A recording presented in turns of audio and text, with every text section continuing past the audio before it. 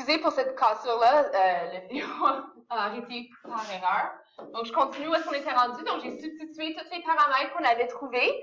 Puis, tout ce qui me reste à faire, c'est simplifier tout ça. Mais bien sûr, le moins 4 fois 1 donne moins 4.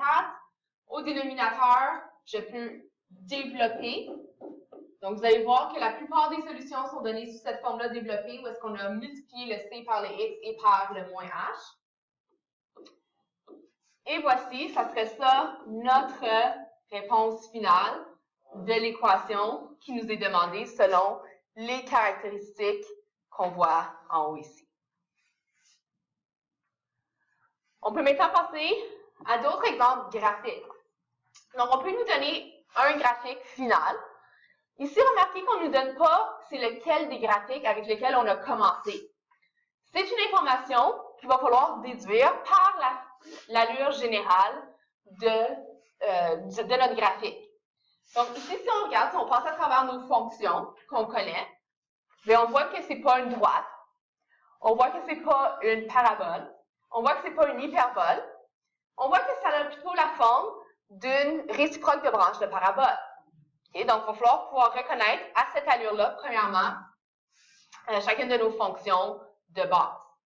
Avec cette information-là, qu'est-ce qu'on peut faire? Un petit peu comme on a fait auparavant, quand on avait lu le mot hyperbole, on s'était dit, c'est quoi l'équation que je veux remplir? Même chose ici.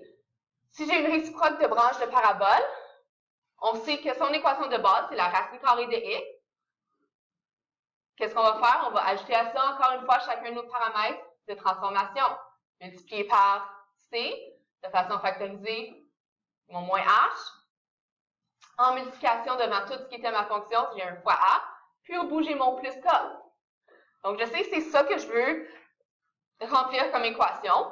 Pour la fonction que j'ai ici, à laquelle je peux donner le nom que je veux. Donc, on y va. Pardon, avec un bon vieux f de x. Voici ce qu'on obtient. Okay?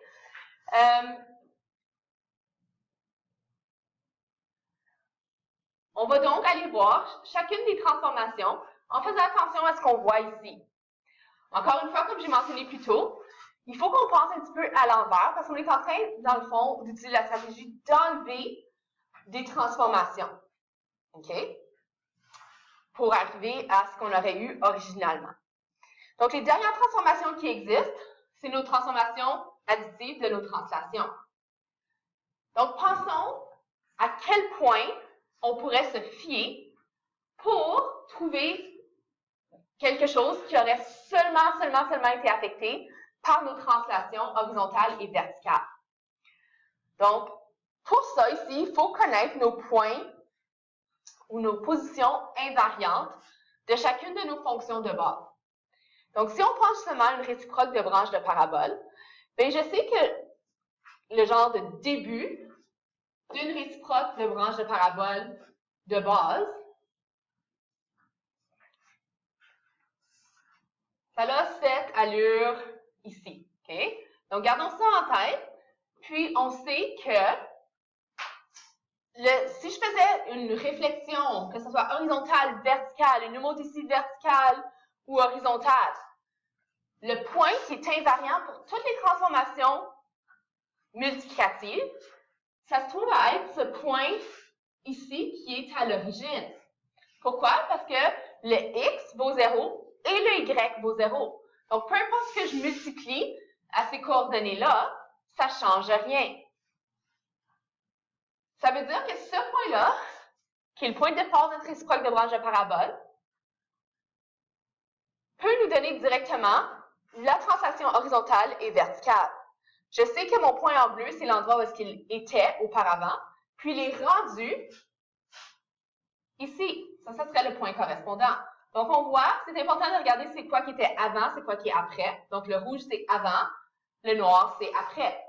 Donc, je suis bel et bien allée de 3 vers la droite et de 1 vers le haut. Il ne faut pas aller dans le mauvais sens. Ça me donne de l'information par rapport à mon H, 3 vers la droite, et mon K,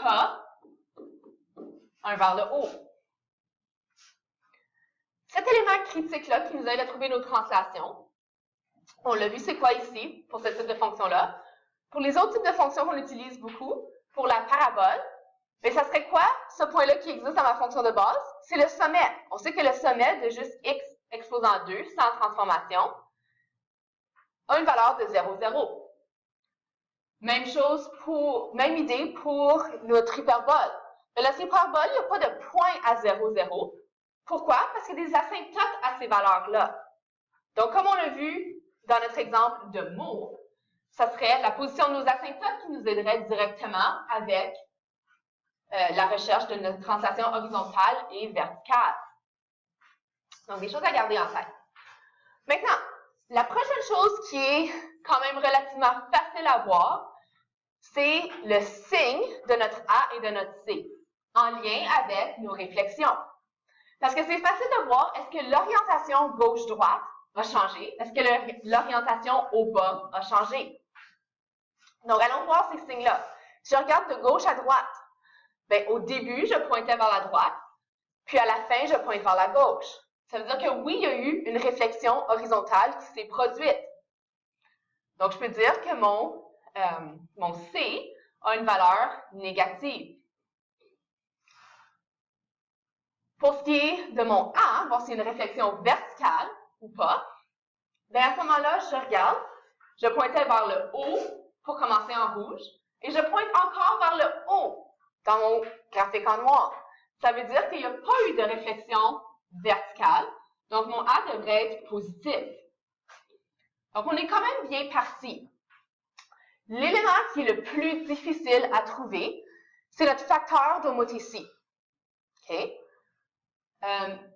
Je vous dis une chose qu'il faut absolument garder en tête.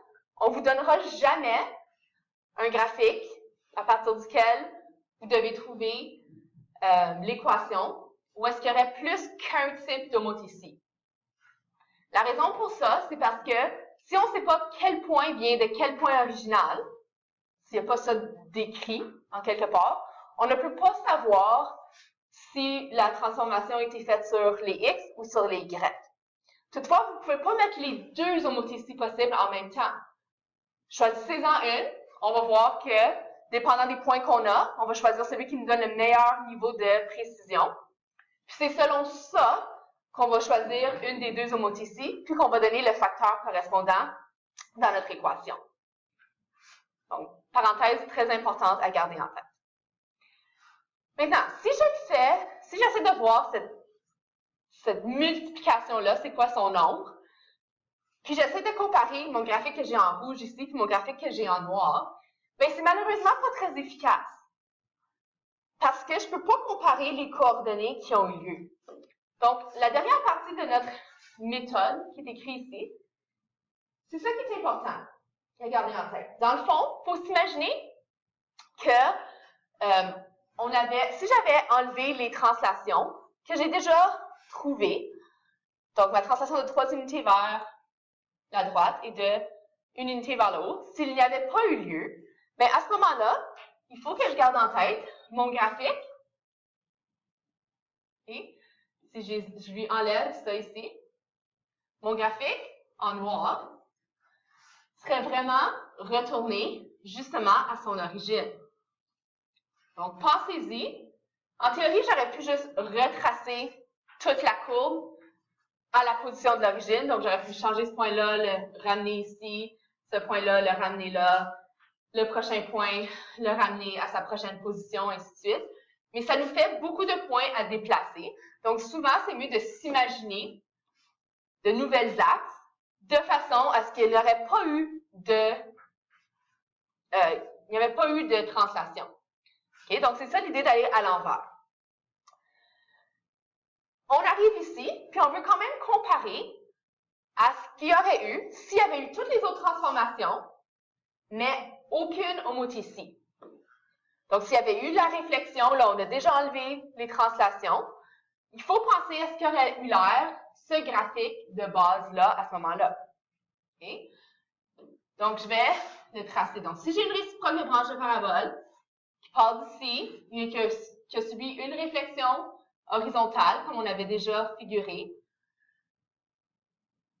en connaissant, dans le fond, ma fonction, je peux me donner des points que je vais utiliser pour comparer à mes nouveaux points qui me restent. Donc, regardons l'exemple ici. L'idée, c'est de choisir des points dont une des coordonnées est équivalente. Donc, si je prends par exemple ce point ici, que j'avais avant, mais ce point-là, si je m'imagine, puis vous pouvez en ce moment oublier le sens, donc si on regarde le x, donc ça, vous pouvez dire qu'il y a un x de 1 sans réflexion ou moins 1 si on compte la réflexion. Puis, rendu, si je prends un x, je prends un autre point qui a la même valeur de y, donc la valeur de y ici, c'est 1. Si je prends un prochain point dans ma fonction qui est transformée, qui a la même valeur de y, bien son x à lui, il est rendu à moins 2. Pour la même valeur de y. Avec ça ici, je peux vérifier pour des prochains points aussi. Si je regarde mon prochain point ici, par exemple, puis je le compare à un autre point qui a la même valeur de y, donc la même hauteur, puis ce sont ces x qui changent. Si je regarde mon prochain, bien, le x avant avait une valeur, disons, de moins 4, puis c'est rendu à une valeur de moins 8. L'idée ici est de se dire par quoi est-ce que j'ai multiplié la valeur de mes x. Puis on voit que dans les deux choses qu'on a trouvées, on voit qu'on a un facteur de fois 2. Avec ça ici, on est en mesure d'aller chercher c'est quoi mon facteur d'homothétie qui va être gagnant. Comment je le fais? Je regarde, bien c'est x qui a changé. Ça veut dire que mon fois 2 correspond à un facteur d'homothétie horizontale qui est 1 sur c, sa valeur absolue. Donc, si mon 1 sur c vaut 2, bien c'est quoi la valeur absolue de mon paramètre c? C'est bien sûr une demi. Avec ça ici, j'ai une valeur pour mon c. J'avais le signe pour mon c qui était négatif. J'ai absolument toutes les informations nécessaires pour revenir à mon équation de départ et remplir toutes les valeurs comme telles. Gardez en tête que si on dit que l'homothétie a eu lieu sur le x, ça veut dire qu'on est en train de dire que l'homothétie n'a pas eu lieu sur notre autre paramètre de notre a. Ça veut dire que notre a aurait une valeur de 1 à ce moment-là. Avec tout ça, on met ça ensemble et puis on remplit notre équation qu'on avait au tout début. Donc, j'ai substitué mes valeurs. Remarquez que j'ai combiné la valeur de mon paramètre C avec le signe de mon paramètre C pour avoir un résultat final de moins 1/2. Tout ce qui me reste à faire, c'est développer ça ici.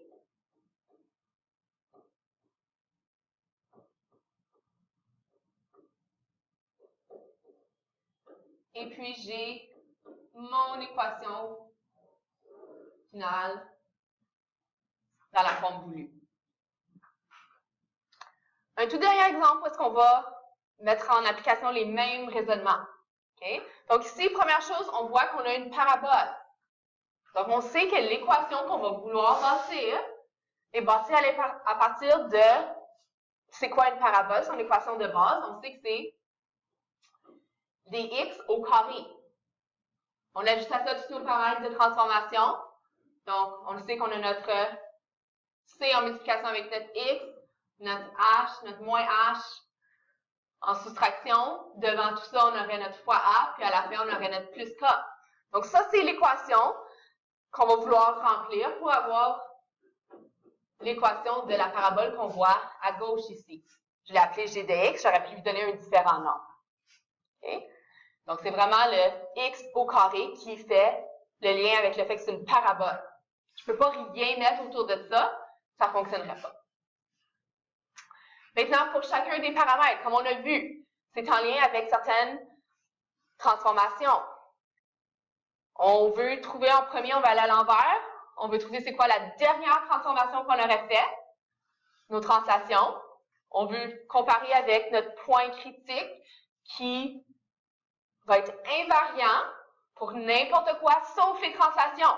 On a déjà parlé que c'était notre sommet qui, originalement, était à 0, 0. Pensez à votre parabole, OK? Comme ça, là, qui continue votre parabole de base.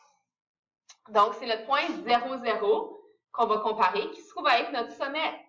Il est rendu où notre sommet? Il est rendu ici.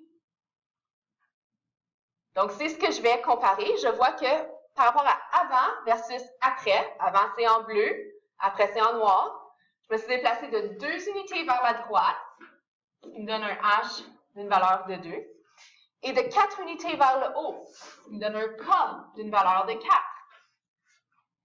Ensuite, qu'est-ce qu'il nous reste à penser? Prochaine étape, c'est l'orientation. Est-ce que ça a été réfléchi de gauche à droite?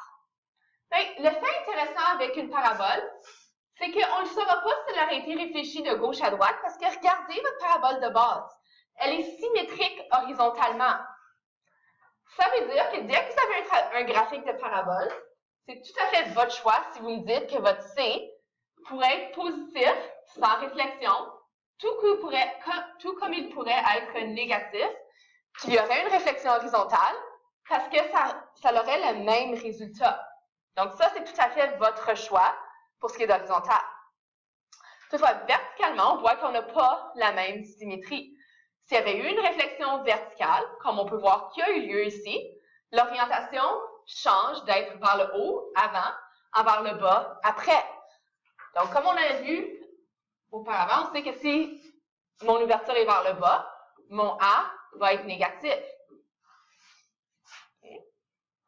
Ce qui nous reste à vérifier, encore une fois, j'en conviens, c'est la partie qui est la plus complexe, c'est trouver le bon facteur d'homothétie. Encore une fois, gardez en tête qu'on veut comparer avec la fonction qui aurait subi, dans le fond, aucune translation, puis on veut comparer à ce qu'on aurait eu en comparaison. Donc, je vais imaginer que mon sommet est revenu à mon origine comme il était avant.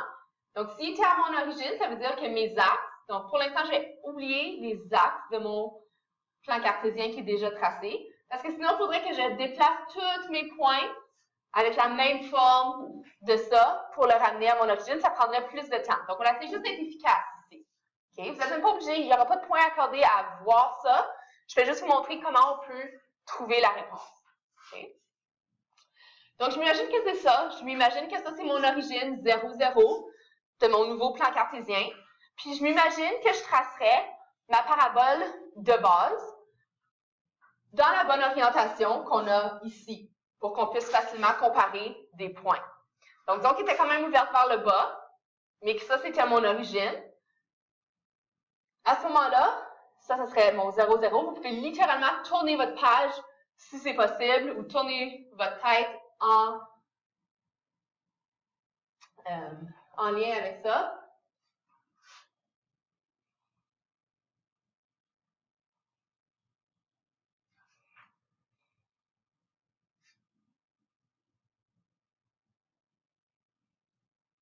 Et puis, je vois que ça serait ça ici, qui serait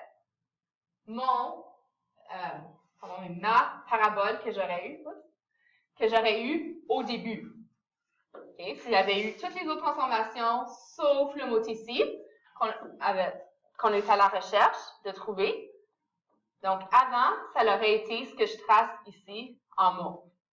Encore une fois, je veux comparer des points qui ont soit la même valeur de x, puis je vais voir comment les y ont changé, ou la même valeur de y, puis voir comment les x ont changé. Okay. Donc, disons que je prends 2 points. Je ne peux pas prendre le point 0, 0, parce qu'on sait qu'il est invariant. Je ne pourrais rien trouver d'intéressant là. Si je regarde l'autre point, bien, j'ai ce point ici, qui partage la même valeur de x que ce point-là. Donc, ici, je pourrais regarder, comment les y ont changé de avant en mauve à après en noir. Toutefois, on peut voir que notre point en noir, il n'est pas vraiment super précis, super facile à voir. Okay? Je pourrais continuer à trouver d'autres points qui partagent une certaine valeur. Si je regarde pour justement ce point-là encore sur mon graphique final, disons que je voulais le comparer à un point qui a maintenant la même valeur de y, puis comparer leur x. Mais si je veux un point qui a la même valeur de y, qui est correspondant, je pourrais prendre ce point-là. Ils ont la même valeur de y, c'est le x qui aurait été multiplié par un certain facteur.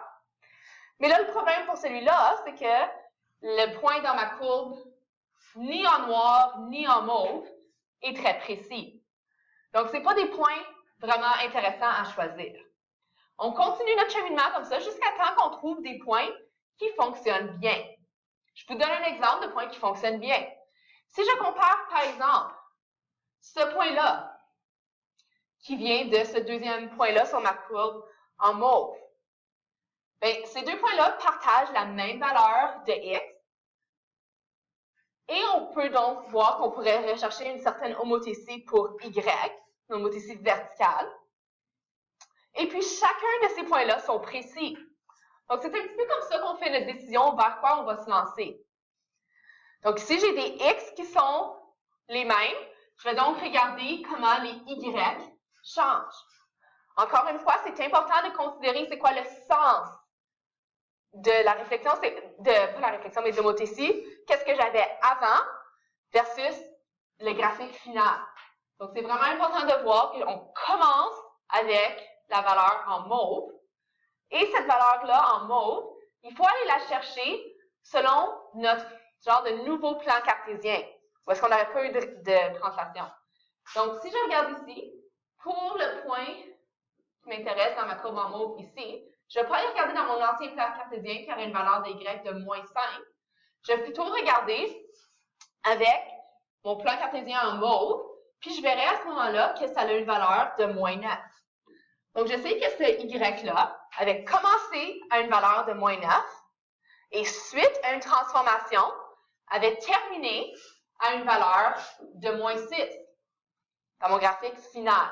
Donc, le sens est important. Maintenant, encore une fois, la question, c'est j'ai multiplié par combien? À notre exemple précédent, si je reviens en haut un petit peu, c'est bien facile à voir. Moins 1 fois quoi donne moins 2? Ben, c'est moins 2. Moins 4 fois quoi donne moins 8? Ben, c'est moins 8. C'est un petit peu moins évident de voir quand c'est pas un nombre entier. Moins 9 fois quoi donne moins 6? C'est tout à fait comprenable que c'est plus difficile à voir. Mais il faut quand même être capable de le trouver. Puis on va être en mesure de le faire. Donc, on garde en tête que c'est mon moins 9 qui a été multiplié par une certaine valeur de moins 1. Puis ça m'a donné moins 6. Donc, comment je peux faire ça? Tout ce que j'ai à faire, c'est me bâtir une équation avec ce fait-là. Je sais que moins 9 fois la valeur absolue de A est égale à moins 6. Tout ce que j'ai donc à faire, c'est isoler ma valeur absolue de A. Je divise, ça va me donner 6 neuvièmes, qui est bien sûr simplifiable à 2 tiers. Avec ça, et le fait que mon A devait être négatif, donc avec cette information ici, et celle-là, je sais qu'en tout et partout, la valeur complète de mon A va devoir être moins 2 tiers.